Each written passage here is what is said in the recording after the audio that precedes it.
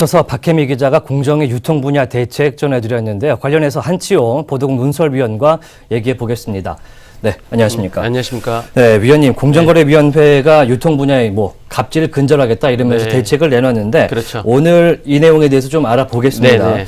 먼저 보면은 징벌적 손해배상제를 네. 강화하겠다 이런 내용이 먼저 눈에 띈니다. 네. 징벌적 손해배상 어떤 의미가 있을까요? 그러니까 이게 이제 벌을 줘야 되는데, 예. 뭐 그 벌이라는 게 벌금으로도 줄 수 있고, 그 다음에 이제 몸으로 소위 말하는 채용도 줄 수 있는 건데, 예. 징벌적 손해배상이라는 거는 이제 손해배상하는 거를 그 벌로서 주겠다는 거죠. 그러니까 과거처럼 그 벌을 주는 거를 완전히 그 더 강화시키겠다 뭐 이런 내용인데, 가만히 살펴보시면요. 예. 반사회적 행위, 뭐 고질적, 악의적 이런 말들이 들어가 있어요. 네. 그러니까 이런 부분에 대해서는 더 강화시키겠다는 건데, 뭐 예. 고의로 하지 않은 것들, 뭐 악의적이지 않은 것들은 뭐 그거에 해당되지 않겠죠. 예, 보수적으로 배상 체계가 지금 이루어지고 있는데 이거를 좀 바꾸겠다 이렇게 얘기를 했어요. 네, 그렇죠. 지금 우리나라 그 모든 그 법적으로 배상해주는 제도가 좀 약간 보수적이에요. 예. 아주 좀 낮습니다. 그래서 그걸 갖다 2배 정도로 늘리겠다. 심지어는 이제 징벌적 손해배상 같은 경우는 3배 정도까지 하겠다는 게 이제 현재 공정거래위원회 발표가 있습니다. 액수를 3배로 늘리겠다 그렇죠. 이런 얘기가 나왔는데요. 그러면 어떤 분야에 대해서 이번 근절 대책에 들어있는지 좀 자세하게 좀 들어보겠습니다. 공정위가 일단 상당한 의지를 좀 갖고 있다 이렇게 생각이 됩니다. 네, 이거는 지금 이렇게 이해하셔야 될 것 같아요. 예. 현재 그 정부가 이번 경제 추진 과제 중에서 공정 과제 중에서 4가지를 지금 이야기했습니다. 그게 하도급, 가맹, 유통, 대리점. 예. 이 4가지를 얘기했는데 지금 현재 가맹은 현재 나와 있어요. 예. 그다음에 가맹을 해서 지난번에 프랜차이즈 협회 임원들 모여놓고 같이 회의를 했고 예. 거기다가 자율적인 규제 방안을 하도록 요청을 했는데 예. 이번에 이제 유통이 나온 거죠. 다음에는 이제 대리점이나 하도급이 나올 텐데 유통이 나와서 이번에는 아까 얘기했듯이 대규모 유통법 법 집행 체계를 좀 개선하겠다는 거하고 예. 두 번째는 납품업체를 좀 보호해주겠다. 그다음에 불공정 거래를 더 감시하는 것 체계를 더 강화하겠다. 이 3가지가 되겠습니다. 네, 일단은 3대 추진 분야와 그렇죠. 15개의 추진 과제다 그렇죠, 이렇게 얘기가 되는데요.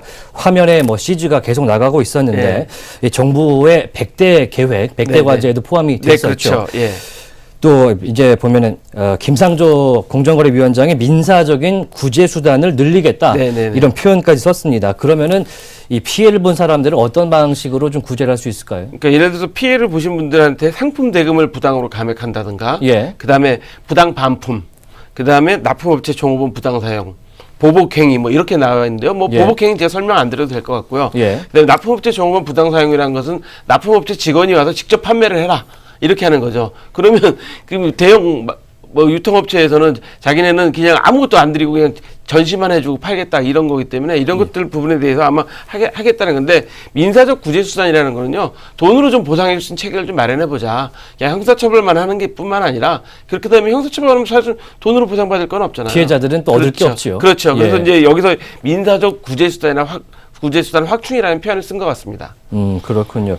그리고 또 과징금도 인상을 한다 이런 얘기들이 나오고 있어요. 과징금 규모가 어느 정도까지, 현재는 또 어느 정도입니까? 그렇죠. 현재는 지금 대규모 유통업법에 따라서 그 위반 금액의 30 내지 70%만 과징금으로 물렸습니다. 범위가 돼 있군요. 그렇죠. 범위가 정해져 있는데 그거를 60에서 140%, 그러니까 과징금의 현재 위반 금액을 2배로 늘리겠다는 게 하나가 있고요.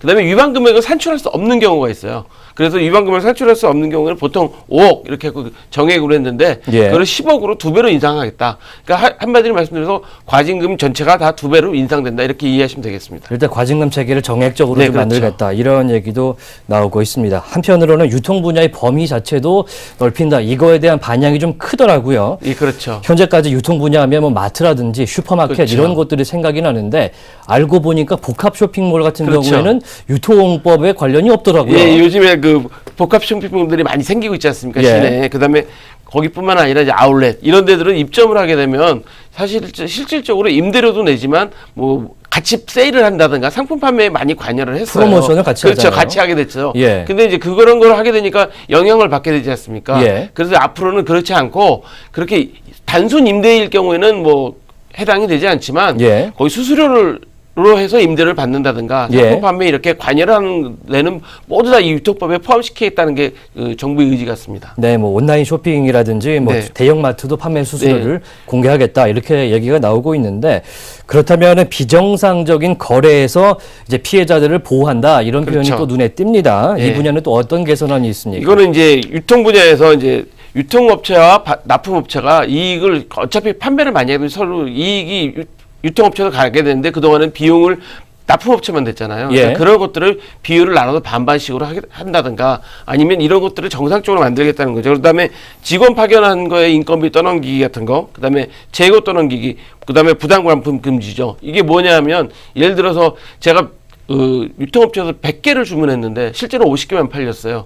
그러면 지금 유통업체는 우리 50개만 받고 나머지는 반품 처리했거든요. 이제 앞으로는 그러지 말라는 거죠. 그럼 제조업자들이 손해일 수도 있어요. 그렇죠. 납품업체들이 다 떠안아야 되는 그런 부분들이 있으니까 앞으로는 그렇게 하지 말고 예. 100개를 주문했으면 100개를 다 그 유통업체에서 책임을 지라는 거죠. 수년 동안 나왔던 문제에 대해서 좀 개선을 하겠다. 예, 근데 아까 우리 기자도 잠깐 얘기했지만 이게 다 지금 법 개정 사항이 다 포함이 돼 있어요. 예. 그래서 아마 지난번 가맹 사업과 똑같이 이 유통 이 문제도 아마 국회에서 협조를 해주지 않으면 좀 어려울 것 같은데 뭐 국회에서 잘 협조가 될 거라고 네, 생각합니다. 국회 본회의를 한번 기대해 보도록 네. 하겠습니다. 지금까지 한치호 보도국 논설위원과 함께했습니다.